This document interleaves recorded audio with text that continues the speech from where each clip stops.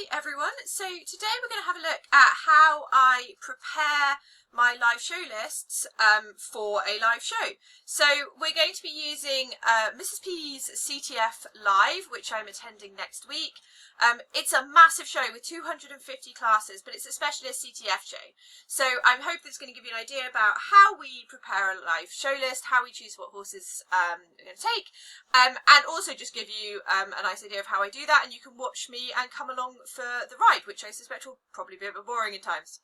So this is my spreadsheet. I've already set it up. You can see that I already have the class numbers section and the class names already in there.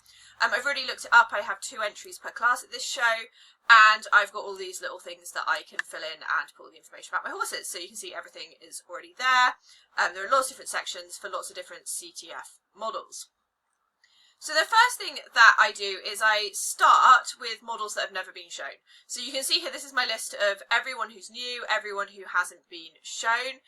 The problem is I don't necessarily know who some of these horses are. So we're now going to go through quite a boring task of me basically looking at these and looking them up in my massive horse spreadsheet. So we're going to move that over there. And then we're going to go to this, which is my absolutely insane spreadsheet of all my horses. I suspect a lot of these guys are going to be decorators or unicorns, because I had a unicorn advent calendar from the mini Whinnie one. So yeah, it's going to be a while. So yeah, I know that that one's a unicorn, and you can see that I can easily tell it's a Breyer and it's a mini Whinnie. So we'll start off by adding him in, and he's going to go into other toy, and he's going to go into unicorn. So there we go. So now we need to look at the next one. So obviously I delete him. I'm going to assume that Kitty is going to be the next one down, and yes, she is. And she is also a unicorn, so we're just going to need to insert a little thing there. And now we're going to go through and see how many of these are unicorns. So you can see all the way down to Carrie Pebble. They are all unicorns, which then leads us on to Cynthia, who is a Pegasus. And she is a Pegasus by a random brand. She's actually a fake Schleich. So she can go in there, but she's not going to go in Schleich because she's not a Schleich, because she's fake. So hopefully, I was hoping then Jan would then be next one down, but he's not, so we're going to have to look him up. Oh, there he is. I just couldn't see him. Also a unicorn, although weirdly he was up here.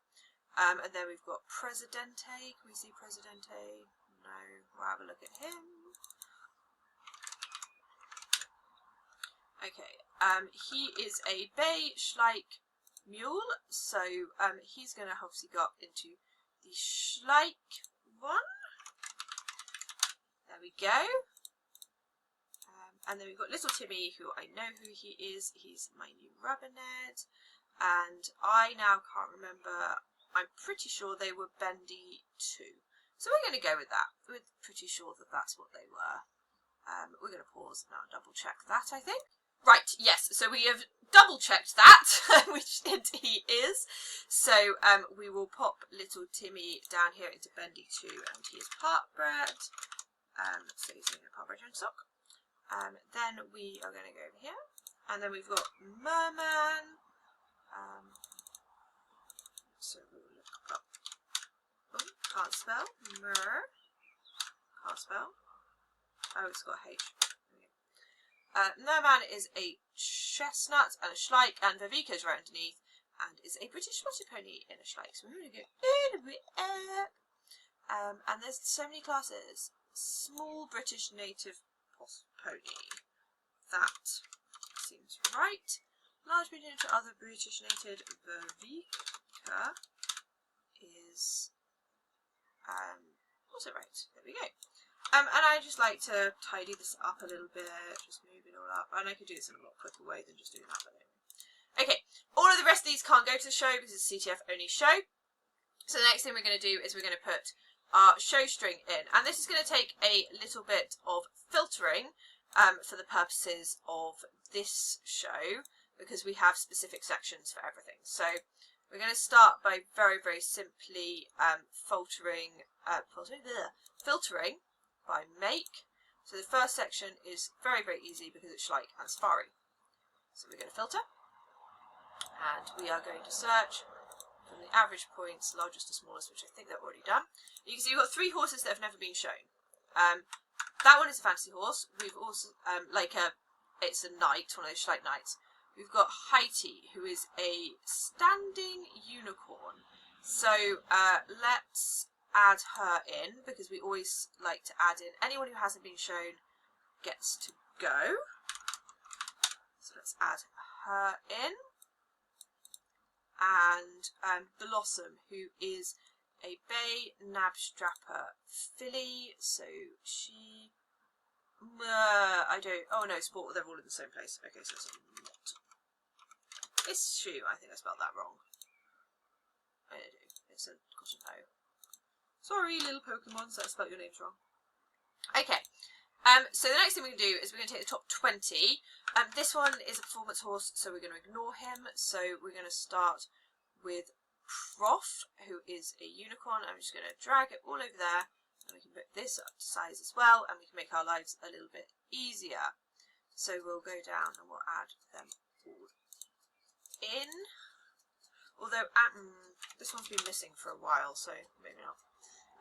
That is also a fancy one. Right, Noah. Do you know what? I'm going to swap that because I know that I won't be able to find him because I have no idea where he is.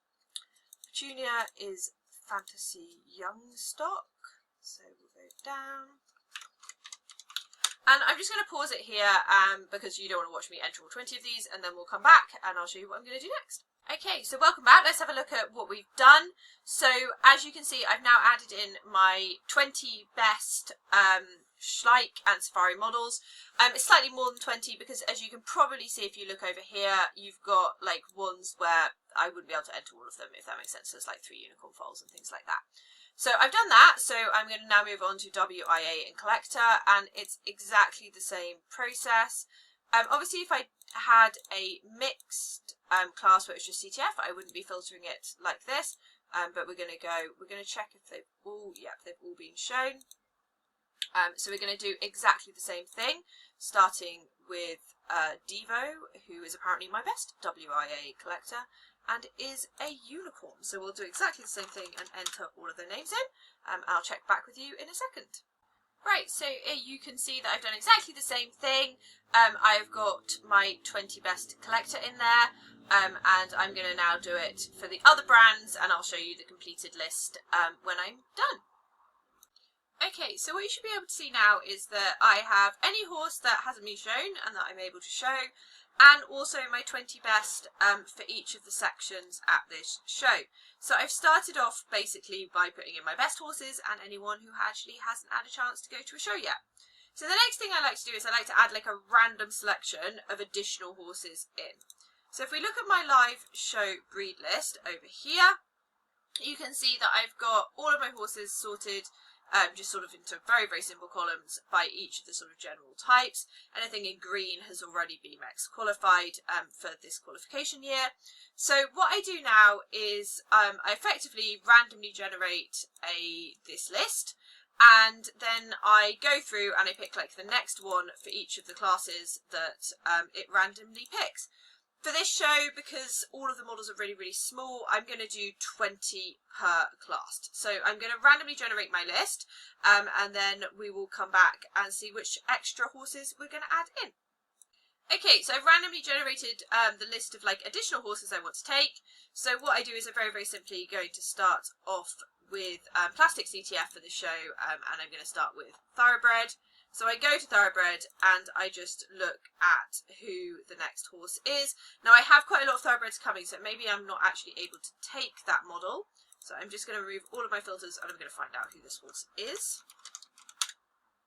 Okay, so it is a Breyer, so it's going to go into the toy section. So I go down and I just check and I say, okay, I can't actually take you. That's a bit annoying. So we'll have a look. We've also then got Panna and Aubrey. Now I would put money on both of those horses being mini Whinnies.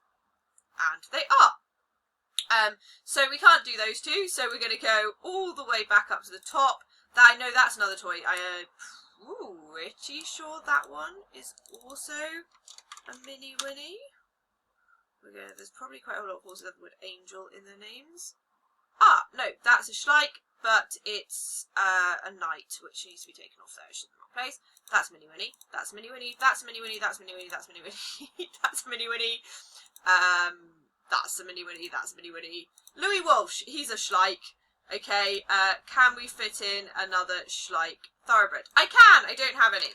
So I will pop that on, and I won't move that. Normally I'd like move the line down, but we're not going to do that because he's all the way down there. Right, then I want a donkey mule exotic. So again, we're going to do the same thing. That horse is already coming, I'm pretty sure, as is that one. Let's have a look, and I know Presidente is. Let's have a look at who Funa is. And